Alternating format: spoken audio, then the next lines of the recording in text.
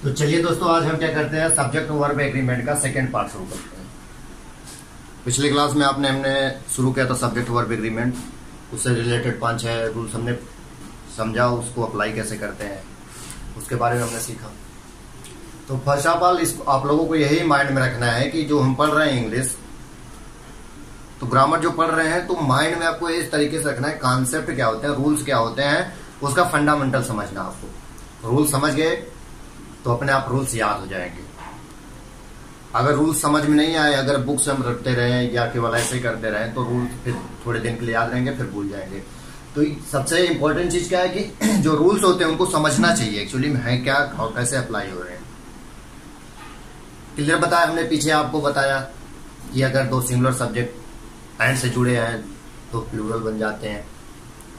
Additional case आया कि अगर क्या है कि सिंगुलर सब्जेक्ट दो क्या है, एंड से जुड़े हुए हैं, और उसमें आपने क्या किया, फर्स्ट सब्जेक्ट के पहले आर्टिकल लगा दिया, तो सिंगुलर एक सिंगल पर्सन को शो करेंगे या सिंगल थिंग को शो करेंगे, तो आगे आने वाली सब्जेक्ट आपकी और वर्ब आपकी सिंगुलर होगी।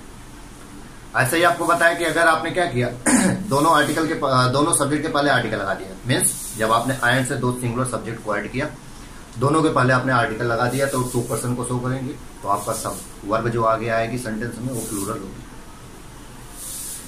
फिर आपको हमने बताया कि as well as, along with, together with, like, unlike, in addition to, except, कुछ ऐसे वर्ड्स हैं जो क्या करते हैं, दो सब्जेक्ट को ऐड करते हैं और हमारी वर्ब जो आती है वो फर्स्ट सब्जेक्ट से के अकॉर्डिंग आती है। मतलब जैसे हमने लिखा Ram as well as his childrens are going to market, तो आपने देखा एज वेल एज के पहले राम है तो राम के अकॉर्डिंग वर्ब आएगी आपकी। ते रूल्स हमने पढ़ा। फिर आपको हमने पढ़ाया इधर आर, नीदर नार, नॉट ओनली बट ऑल्सो, नार, आर, नॉट ओनली, ये ऐसे वर्ड्स हैं, ये भी क्या करते हैं, दो सब्जेक्ट को जोड़ते हैं, और जो हमारी वर्ब आती है वो नियरेस्ट सब्जेक्ट के अकॉर्डिंग आती है। ये रूल क्लियर किया हमने। फिर हमने पढ़ा कि नन ऑफ और नीदर ऑफ, ठीक है, ईदर ऑफ और वन ऑफ के बारे में बताया। तो हमने बताया नन ऑफ हो या नीदर ऑफ हो, ये अपने बाद प्लूरल सब्जेक्ट लेते हैं और सिंगुलर वर्ब लेते हैं, बट हमको ध्यान देना होगा कि नन ऑफ कहां पे यूज होगा और नीदर ऑफ कहां पे यूज होगा। जहां पे हम 2 पर्सन 2 थिंग की बात करेंगे, कि मतलब दो में से कोई नहीं की बात करेंगे, तो नीदर ऑफ का यूज करोगे आप।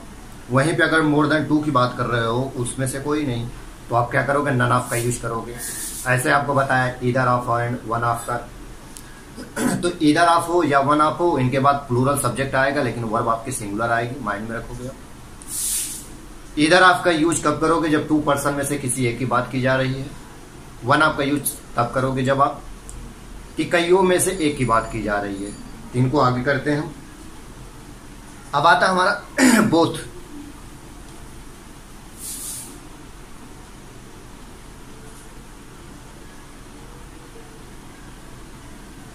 ठीक है, तो बोथ का भी हम 2 के लिए यूज करते हैं,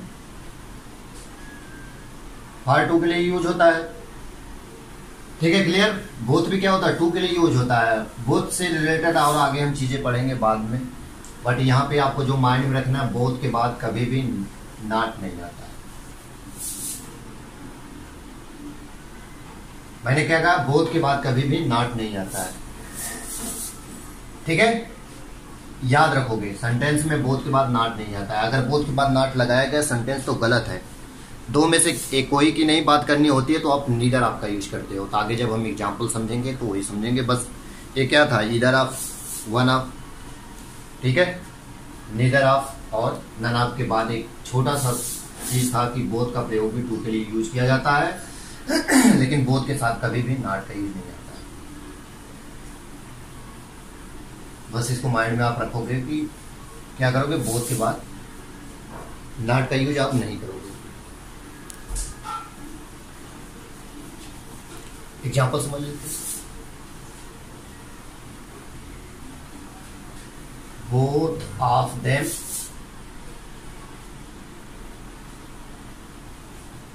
did not take the exam. Both of them did not take the exam. देखिए, मैंने आपको बताया था कि बोथ का जब सेंटेंस में यूज किया जाएगा 2 के लिए यूज करोगे, बट आपको ध्यान रखना होगा कि सेंटेंस नेगेटिव नहीं होना चाहिए। अब यहाँ पे डिड नॉट का यूज हुआ है, तो दो में से अगर किसी की बात नहीं करनी होती उसके लिए नन आपका यूज होगा, तो आपका करेक्ट एज क्या हो गया, आपका रॉन्ग हो गया। अगर इसको करेक्ट लिखोगे तो बोथ आपके तरफ नीदर आपका यूज करोगे, नीदर ऑफ देम,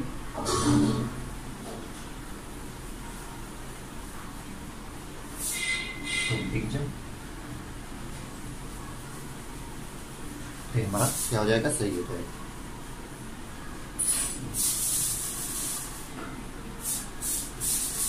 क्लियर हुआ?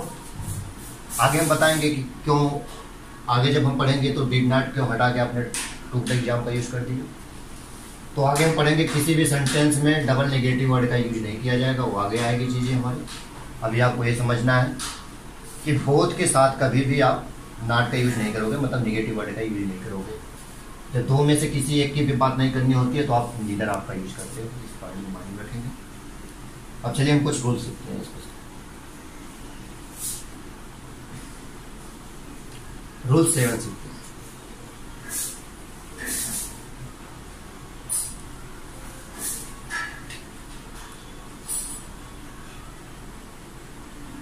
जैसे किसी डिसीज का नाम आ गया, किसी डिसीज का जो नेम होता है वो सिंगुलर होता है, तो मतलब कहीं पे अगर कोई डिसीज का नेम लिखा गया है, उस सब्जेक्ट के तौर पे यूज किया गया है, तो आने वाली जो आपकी वर्ब होगी सिंगुलर होगी।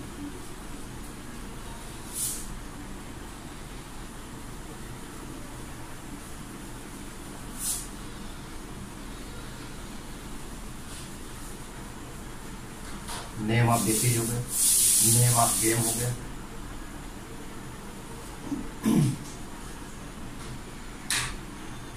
नेम ऑफ कंट्री हो गया,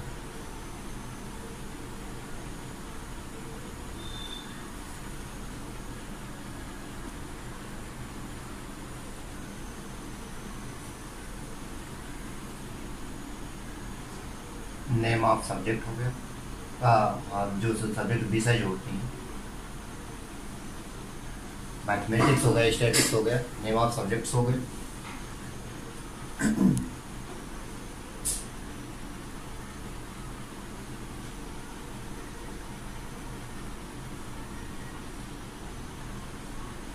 नेम ऑफ लैंग्वेज हो गया,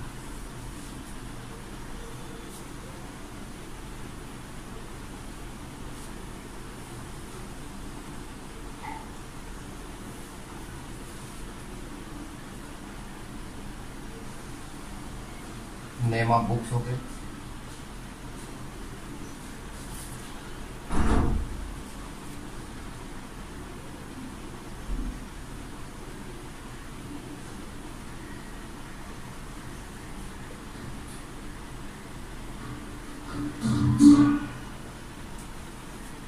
तो आपको क्या याद रखना है रूल कि कहीं पे अगर नेम ऑफ डिसीज आता है तो सिंगुलर होगा, तो उसके बाद जो वर्ब आएगी सिंगुलर आएगी। Sorry, name of the game हो गया, जैसे डिसीज का नाम हो गया मीजल्स हो गया, मम्प्स हो गया, रिकेट्स हो गया। ठीक है, डिसीज के नेम है। नेम ऑफ डिसीज अगर कहीं पे आता है, देखिए मीजल्स रहेगा तो आपको प्लूरल दिखाई देगा, मम्प्स रहेगा तो आपको प्लूरल दिखाई देगा, रिकेट्स रहेगा तो आपको दिखाई देगा लास्ट में से प्लूरल। लेकिन बट आपको ध्यान में रखना है कि अगर नेम ऑफ डिसीज आ रहा है कहीं पे तो क्या होगा, उसको सिंगुलर बोलोगे, आने वाली वर्ब जो होगी सेंटेंस में सिंगुलर होगी। एग्जांपल के थ्रू समझेंगे। पहले आपको माइंड में क्या सेटअप करना है कि name of disease always treated as singular, तो किसी डिसीज का नेम आता तो सिंगुलर होता है। दूसरा देखिए name of game, name of game का मतलब क्या हो गया, जैसे क्रिकेट, हॉकी, फुटबॉल है तो आपको सिंपल सा दिख रहा है कि सिंगुलर है। ठीक है, लेकिन यहीं पे अगर क्या आ जाए, ड्राफ्ट्स आ गए, डार्ट्स आ गए, ठीक है, वॉलीबॉल आ गए, बास्केटबॉल्स आकर लिखा गया है कहीं पे, ठीक है, या बिलियर्ड्स लिखा गया है,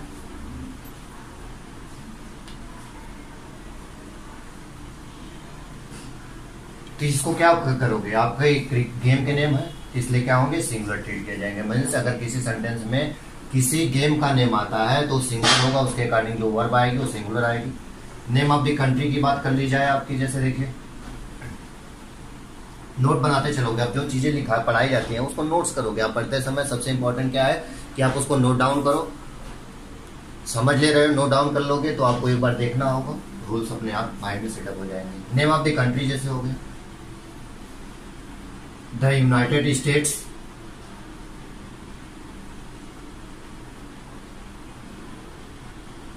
लास्ट में स्टेट्स लिख गया है, बट ये पूरा क्या है, कंट्री का नेम है, ये क्या हो जाएगा, सिंगुलर हो गया जाएगा।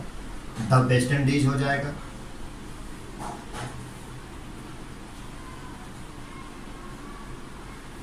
द वेस्ट इंडीज हो गया। तो क्या प्लूरल लिख रहे हैं, बट आपको माइंड में क्या रखना है, नेम ऑफ द कंट्री है तो क्या होगा, सिंगुलर हो गया। अब नेम ऑफ द सब्जेक्ट की बात आती है। नेम ऑफ द सब्जेक्ट जैसे आपने पढ़ा होगा मैथमेटिक्स,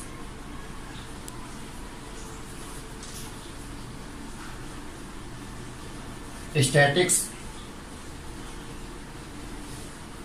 इकोनॉमिक्स,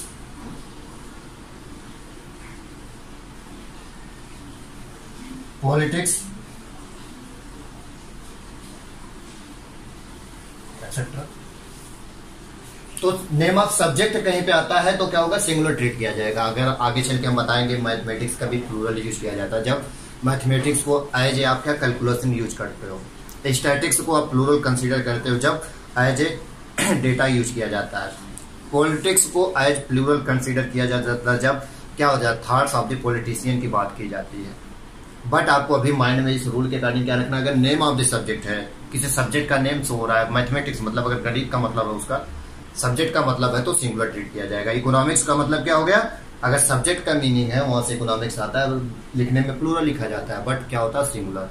तो नेम ऑफ द सब्जेक्ट के बाद आपका क्या आएगा, सिंगुलर वर्ब आएगा। नेम ऑफ द लैंग्वेज कोई भी, हिंदी, इंग्लिश, ठीक है, फ्रेंच, जो भी लैंग्वेज होगी वो सिंगुलर ट्रीट किया जाएगा।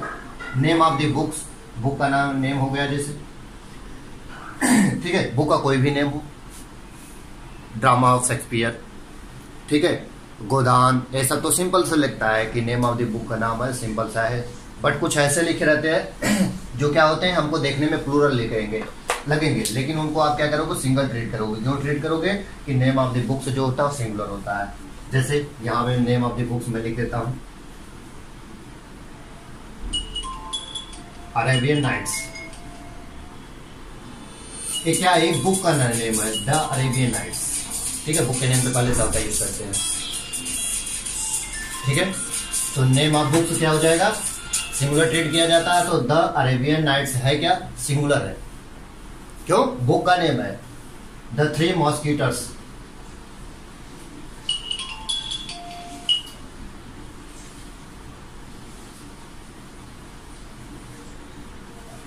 नेम ऑफ द बुक्स है, तो क्या किया जाएगा, सिंगुलर ट्रीट किया जाएगा।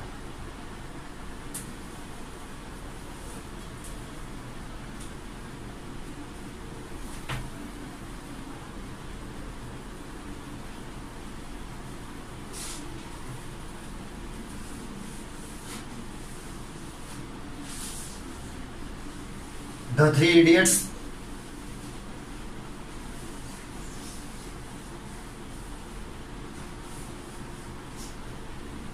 इसको क्या करोगे, सिंगुलर ट्रीट करोगे। तो आपको नाम में याद रखना, नेम ऑफ द बुक हो गया तो ऑलवेज क्या होगा, सिंगुलर ट्रीट किया जाएगा।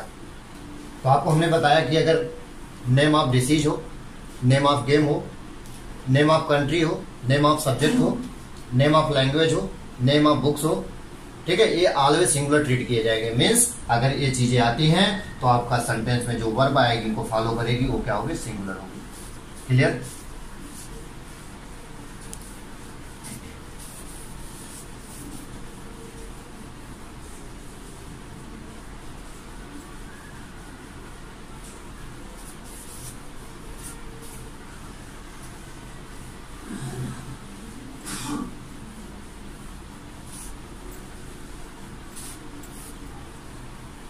एग्जाम्पल समझते हैं।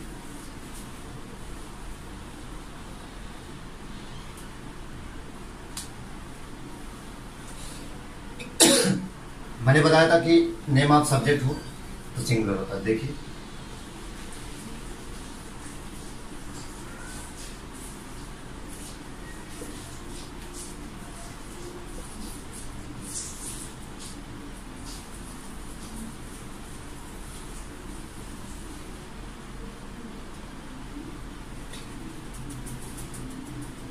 हमने क्या बताया example, mathematics are interesting subject, subject की बात कर रहे हो यहाँ पे, और मैथमेटिक्स सब्जेक्ट के तौर पे यूज किया जा रहा है, तो आपका वर्ब सिंगुलर आना चाहिए, बट आपने प्लूरल कर लिया, यहाँ गलत हो गई। तो करेक्ट क्या होगा, इज। उसी रूल को फॉलो करना, आपको बोला गया कि अगर नेम ऑफ सब्जेक्ट है तो वो सिंगुलर सब्जेक्ट का वर्क करता है, उसके आने वाली बात जो वर्ब होगी वो सिंगुलर होगी।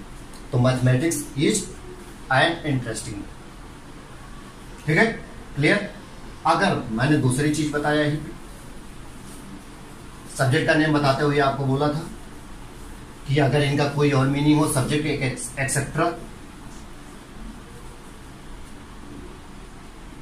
नोट डाउन करोगे आप। If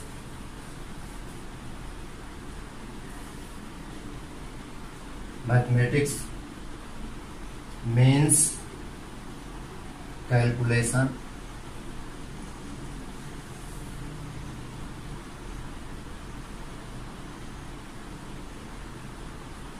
statics means data,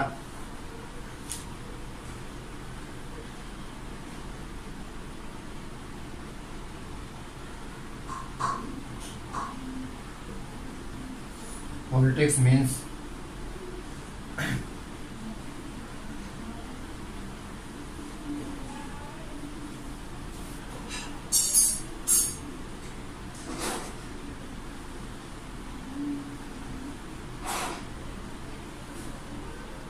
then they are plural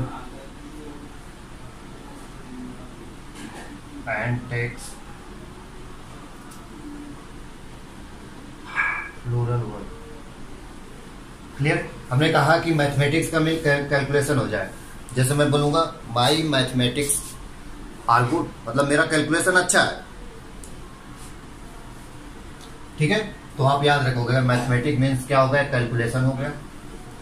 static means data की बात कर लिया। पॉलिटिक्स मीन्स क्या कर दिया, थॉट ऑफ द पॉलिटिशियन की बात। तो आपका क्या हो जाएगा, प्लूरल।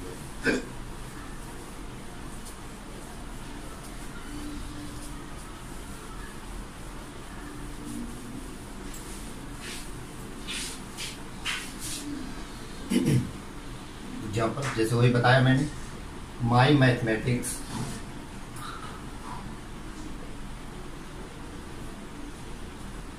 Are good. यहाँ पे मैथमेटिक्स का मतलब क्या है, यहाँ पे मैथमेटिक्स जो है कैलकुलेशन की बात कर रहा है, सब्जेक्ट की बात नहीं कर रहा है। तो जब मैथमेटिक्स का मीन्स क्या हो जाता है, आपका कैलकुलेशन हो जाता है, तो सिंगुलर ना होकर प्लूरल होता है। तो आपको याद रखना है कि नेम ऑफ दिस सब्जेक्ट वैसे सिंगुलर होता है, बट जैसे मैथमेटिक्स मीन्स कैलकुलेशन हो जाए, स्टैटिक्स का मीन्स डेटा हो जाए, पॉलिटिक्स का मतलब थॉट ऑफ द पॉलिटिशियंस हो जाए, तो क्या होते हैं, प्लूरल कंसीडर किए जाते हैं। हमारे हिसाब से यहाँ तक क्लियर हो। रूल्स 8 पढ़ते हैं।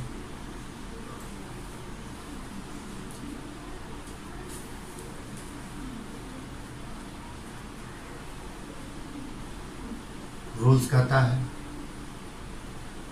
ईच आ जाए, एवरी आ जाए,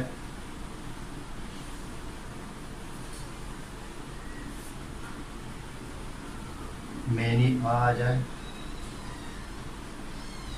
मोर देन वन आ जाए,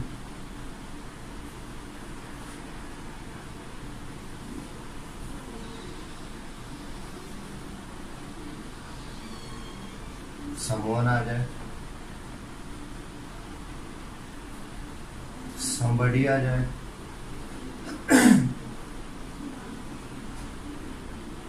anybody आ जाए,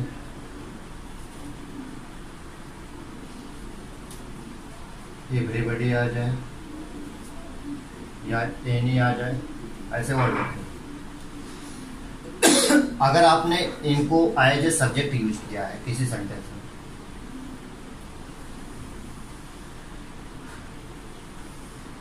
आपने इनको क्या किया, एज ए सब्जेक्ट यूज किया है।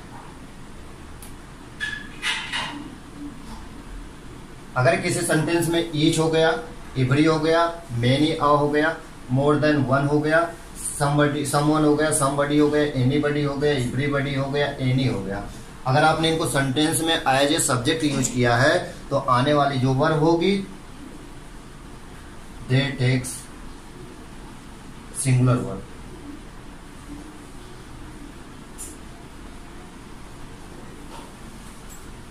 माइंड में रखिए, ईच हो गया, इवरी हो गया, क्योंकि एक एक की बात करते हैं। ईच का मतलब प्रत्येक की बात कर रहा है, इवरी मतलब भी प्रत्येक की बात कर रहा है। अब ईच और इवरी कब डिफरेंस क्या है? जब दोनों प्रत्येक की बात कर रहे हैं। तो आगे चल के हम पढ़ेंगे ईच हमारा क्या होता है कि जब हम पर्टिकुलर एक एक पर्सन की बात करते हैं तो ईच होता है, जब जनरल तौर पे एक एक की बात करते हैं तो इवरी होता है, बाद में पढ़ेंगे। बट आपको माइंड में भी यहाँ पे रखना है कि अगर सेंटेंस में each, every, many, a, more than one, someone, somebody, anybody, everybody, anybody, any subject के तौर पे यूज किए जाते हैं तो आने वाली जो वर्ब होगी वो सिंगुलर होगी। क्लियर हुआ? आगे बता दें।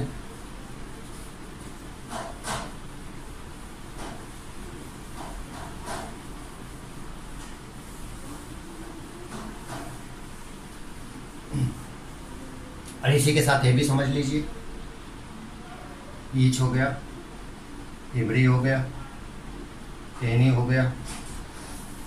इनके बाद अगर आप कोई नाउन का यूज करते हो तो सिंगुलर नाउन का यूज होता है। वर्ब तो सिंगुलर आएगी। अगर इनके बाद किसी नाउन का यूज करते हो तो आपका क्या आएगा? सिंगुलर नाउन आएगा। चलिए जैसे हम समझते हैं,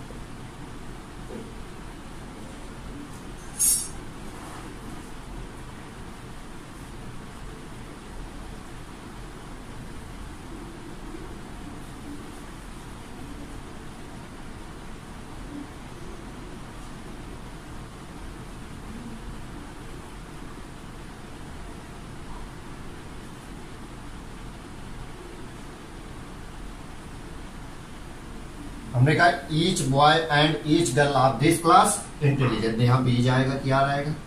तो आप कुछ नहीं देखना है, ईच का प्रयोग किया है आपने।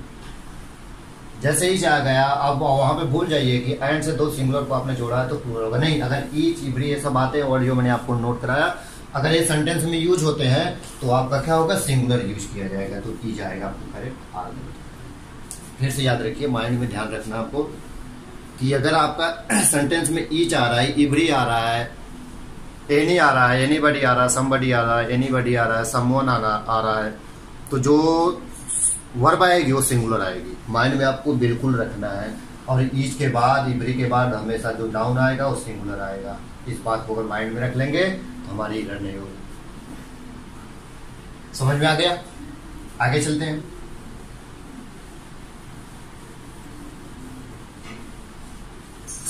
रूल्स को समझते चलिए, नोट डाउन करते चलिए। अगर आपको कोई प्रॉब्लम हो तो कमेंट में उसको डाल दीजिएगा। अभी हो सकता है मैं भी उतना अच्छा मैं डिलीवर नहीं कर पा रहा हूँ, बट अपनी तरफ से क्या होगी, सेटअप थोड़ा हमारा सही हो जाएगा तो हम अच्छे से अच्छे ट्राई करेंगे कि आपकी सारी चीज़ें सही हो जाएंगी। अब देखिए, हमने बता दिया कि ईच हो गया, इवरी हो गया, इन सब के बाद क्या आएगा? सिंगुलर नाउन आएगा, वर्ब हमारी सिंगुलर आएगी।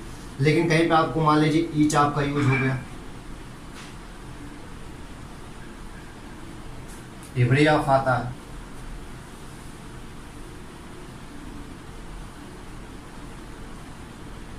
वन ऑफ आता है, सम ऑफ आता है, तो इनके बाद जो सब्जेक्ट आएगा या नाउन जो आएगी वो क्या होगा? प्लूरल। ध्यान से देखिए, ईच केवल रहता तो सिंगुलर आता, लेकिन ईच आपके बाद अगर कोई नाउन यूज कर रहे हो, सब्जेक्ट यूज कर रहे हो तो प्लूरल आएगा।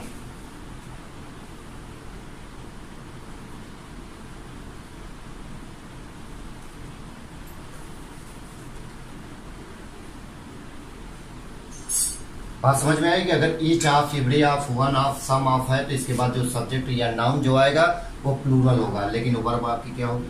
सिंगुलर।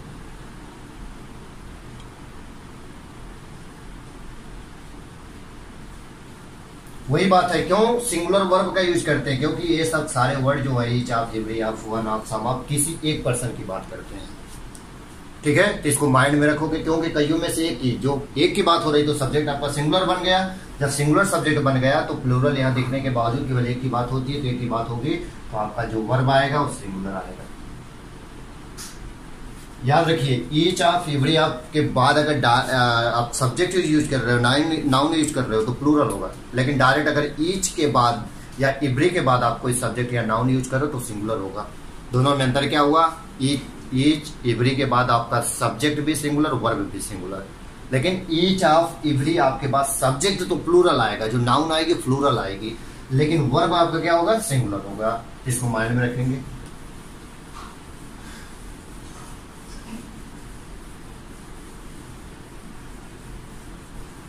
जैसे देखिए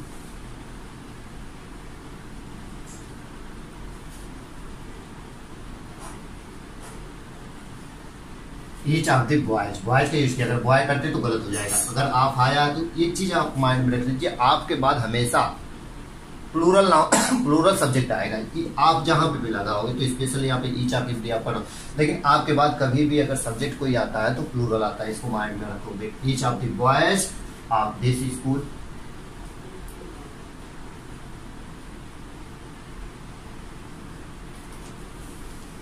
आर इंटेलिजेंट। मैं कहा ईच ऑफ द बॉयज तो करेक्ट हो गया, ईच ऑफ के बाद प्लूरल सब्जेक्ट आ गया। ऑफ दिस स्कूल आर लिख दिया मैंने, गलत कर दिया, क्योंकि ईच ऑफ द बॉयज जो होता है किसी पर्सन की, सिंगल पर्सन की बात करता है, इसलिए यहाँ पे क्या आएगा, सिंगुलर वर्ब आएगी, ईच आएगा। क्लियर हुआ मेरे हिसाब से आप लोगों को? तो आप माइंड में रखे रहोगे, ईच ऑफ हो गया, चाहे एवरी ऑफ हो गया, चाहे वन ऑफ हो गया, चाहे सम ऑफ हो गया, इसके बाद जो सब्जेक्ट आएगा प्लूरल आएगा, लेकिन वर्ब जो रहेगी आपकी सिंगुलर रहेगी।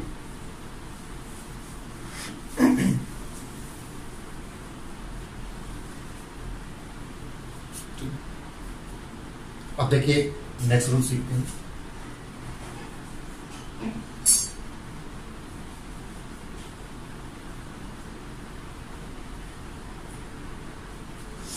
नेक्स्ट रूल क्या कहता है, अगर हम किसी इमेजिनेशन की बात कर रहे हैं, अब कंडीशनल सेंटेंस में भी ये चीजें वहां पे होती हैं, पता होती है, यहाँ पे भी होती हैं, तो इसको याद कर लेते हैं।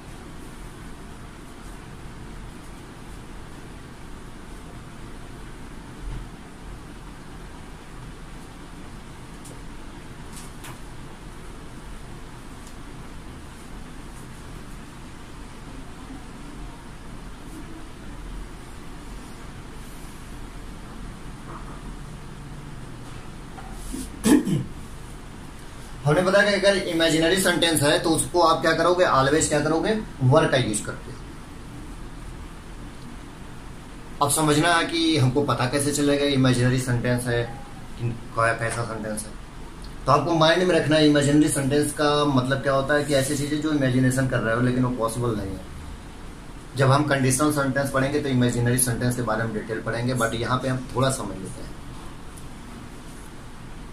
अगर हम किसी प्रेजेंट इमेजिनरी सेंटेंस की बात करें, प्रेजेंट में कोई चीज हम सोच रहे हैं लेकिन वो पॉसिबल नहीं, केवल इमेजिनेशन हमारी है, तो उसको पास्ट, सिंपल पास्ट में बनाया जाता है। तो सिंपल पास्ट के लिए आप कई चीजें पढ़ते हो, वाज वर्ब का भी यूज किया जाता है, डिड का भी यूज किया जाता है। अब सिंपल पास्ट को पास्ट इंडिपेंडेंट स्पेलिंग का मत करिएगा, बाद में जब टेंस पढ़ाएंगे तो उसमें डिटेल बताएंगे आपको। तो हमने कहा कि अगर हम प्रेजेंट टाइम में कोई इमेजिनेशन सोच रहे हैं लेकिन वो पॉसिबल नहीं है तो हम वर का यूज करते हैं। जैसे मैं बता दूं कि मैं एक चिड़िया होता तो आकाश में उड़ता, तो प्रेजेंट में मैं सोच रहा हूं, इमेजिनेशन कर रहा हूं, लेकिन ये पॉसिबल नहीं है, तो इसको आप इसमें बनाओगे, सिंपल पास्ट में बनाया जाता है और वहां की वर्ब जो होती है वर्ब यूज की जाएगी, चाहे वो सिंगुलर हो चाहे प्लूरल। लिख के बताते कैसे। मैंने कहा अगर मैं चिड़िया होता तो आकाश में उड़ता, तो मैंने कहा if I were a bird, I would fly in the sky। तो हमारा इमेजिनरी सेंटेंस हो गया। तो चीजें क्या होती, ग्रामर जब आपका क्लियर रहेगा तो आप स्पोकन में भी चीजों को यूज कर सकते हैं। तो आपको याद रखना है, मैंने कहा कि अगर इमेजिनेशन हम प्रेजेंट में कर रहे हैं और उसको बनाना होगा, सेंटेंस इंग्लिश में लिखना होगा, तो सिंपल पास्ट में लिखा जाएगा। फर्स्ट वर्ब जो आपकी होगी वर होगी, उसके बाद जो आगे वर्ब आएगी वो वुड होगी। अब पास्ट का इमेजिनेशन आपको कंडीशनल सेंटेंस में बताएंगे। यहाँ वर के दर पे हैड आ जाता है और यहाँ पे वुड के दर पे वुड हैव आ जाता है और बाकी कुछ नहीं होता है। फिर से बताते हैं, हमने कहा कि इमेजिनरी सेंटेंस में जो वर्ब आती है वो केवल और केवल वर आती है, चाहे वो सब्जेक्ट प्लूरल हो चाहे सिंगुलर हो। आपने पढ़ा होगा सिंगुलर के लिए वाज का यूज किया जाता है प्लूरल के लिए वर का यूज किया जाता है। लेकिन अगर इमेजिनरी सेंटेंस है तो वहां पे ऑलवेज वर आएगा, चाहे सब्जेक्ट आपका प्लूरल हो चाहे सिंगुलर हो। यहाँ पे आई था तो आपने वर यूज किया, यहाँ पे ही होता तो भी आपको वर ही यूज करना पड़ता, ना कि वाज। फिर से हम आपको एक बार रिपीट करते हैं कि अगर आपका इमेजिनरी सेंटेंस है तो वहां पे सब्जेक्ट चाहे आपका प्लूरल हो चाहे सिंगुलर हो, आपकी वर्ब जो आएगी वो वर आएगी केवल। क्लियर? अब हम यहाँ पे समझ लेते हैं, हमको पता कैसे लगेगा भाई इमेजिनरी सेंटेंस है, इंग्लिश में लिखा हुआ है तो समझ लेते हैं। अगर कोई सेंटेंस स्टार्ट होता है किससे? इफ से, एज इफ से, एज दो से, सपोज से,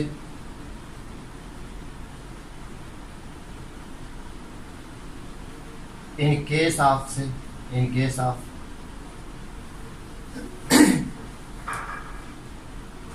ठीक है। अगर ये वर्ड आते हैं आपके एज, एज इफ, एज दो, सपोज, इन केस ऑफ, तो ये क्या करते हैं? इमेजिनरी सेंटेंस को शो करते हैं। अगर ये सेंटेंस से, किसी सेंटेंस की शुरुआत इन वर्डों से होती है, एज से और इफ से, एज इफ से, एज दो से, सपोज से, इन केस ऑफ से, अगर इनसे किसी सेंटेंसों की शुरुआत होती है तो इमेजिनरी सेंटेंस होते हैं। इसमें जो वर्ब आएगी वो केवल और केवल वर आएगी, चाहे सब्जेक्ट आपका सिंगुलर हो चाहे प्लूरल हो। इसको माइंड में आप रखोगे। हमने समझाया आपको। कंडीशनल सेंटेंस में बहुत अच्छे से समझेंगे इमेजिनरी सेंटेंस होता कैसे है, फिर भी हम यहाँ पे और थोड़ा समझ लेते हैं।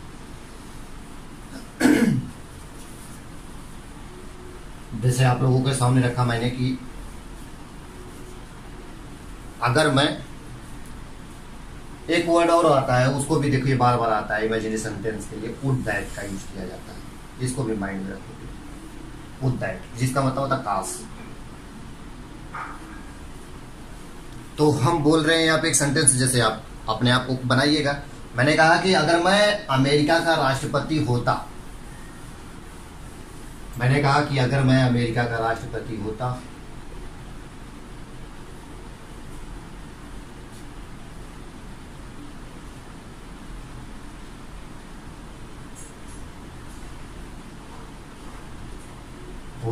तो गरीबों में पैसे बांटता।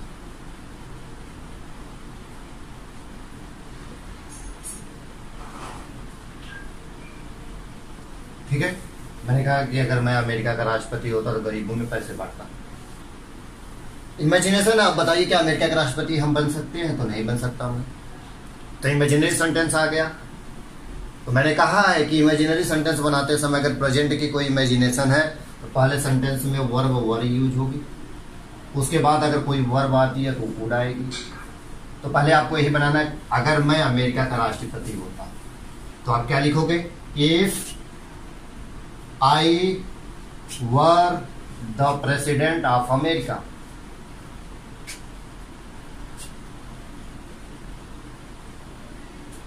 मैंने कहा ना, if I were the president of America, अगर मैं अमेरिका का राष्ट्रपति होता तो मैं गरीबों में पैसे बांटता। मैंने कहा कि पहली वर्ब आपकी वर आएगी, आगे जो वर्ब आएगी वुड आएगी। तो आप क्या कहो? If I were the president of America I would बांटता या देता। तो आप क्या करते? I would give the money to the poor.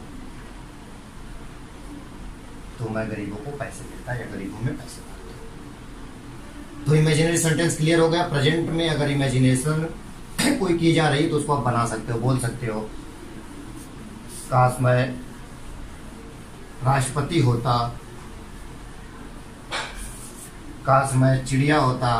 तो ये सब क्या है? इमेजिनेशन है, जो चीजें नहीं हो सकती हैं। तो उसको आप क्या बनाओगे? वर के साथ बनाओगे। हमने आपको बनाया इमेजिनरी सेंटेंस के बारे में। इमेजिनेशन जहां पे हो उसको पहचानोगे कैसे? मैंने कहा इफ आ जाए, एज इफ आ जाए, एज दो आ जाए। ठीक है, मैंने बताया सपोज आ जाए, इन केस आ जाए, वुड डैट आ जाए, तो इससे क्या होता है पता चलता है कि इमेजिनरी सेंटेंस है, इसमें जो वर्ब आएगी वो केवल और केवल वर होगी। पहली वर्ब आपकी वर होगी, नेक्स्ट वर्ब जो आएगी वो वुड होगी। तो बट आपको यहाँ पे वर याद रखना है, जिसको अच्छे से हम याद रखेंगे फिर अगला नेक्स्ट सेंटेंस पे चलते हैं। तो याद रखना है कि इमेजिनरी सेंटेंस से रिलेटेड हर एग्जाम में पूछा जाता है। इफ आई वर दे देगा तो सही, आप बोलोगे आई के साथ तो वो आ जाता। वर क्यों आ गए? क्योंकि इमेजिनरी सेंटेंस है। If he was the son of prime minister of India, कासो यदि वो प्राइम मिनिस्टर का बेटा होता तो ही था, लेकिन इमेजिनरी है नहीं, वो प्राइम मिनिस्टर का बेटा ना बन सकता है। तो इसलिए आपने क्या कर दिया, वहां पे ही के साथ भी वर का यूज कर दिया। नेक्स्ट रूल आज हम पढ़ते हैं।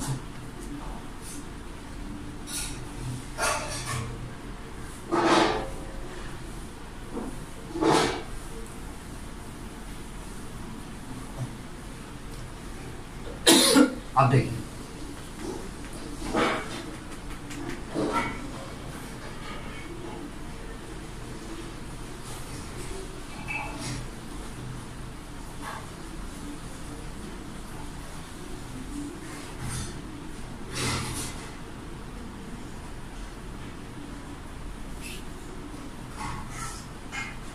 ठीक है, कलेक्टिव नाउन को आप क्या करते हो, सिंगुलर ट्रीट करते हो।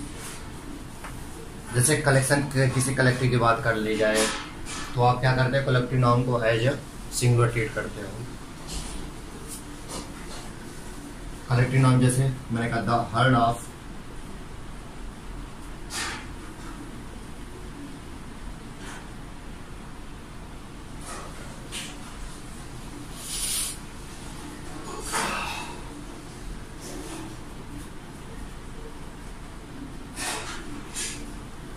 मैंने कहा the herd of sheep are grazing in the field. तो यहाँ पे क्या है, द हर्ड ऑफ शिप एक कलेक्शन की बात कर रहा है ना, एक कलेक्टिव नाउन की बात कर रहा है। तो ये वर्ड जो हर्ड होता है बोल रहा है कि भेड़ का एक झुंड, तो क्या कलेक्टिव नाउन है। कलेक्टिव नाउन जब होता है वो जनरल तौर पे सिंगुलर ट्रीट किया जाता है। तो यहाँ पे जो आ रहा है वो गलत हो जाएगा, यहाँ पे होना क्या चाहिए,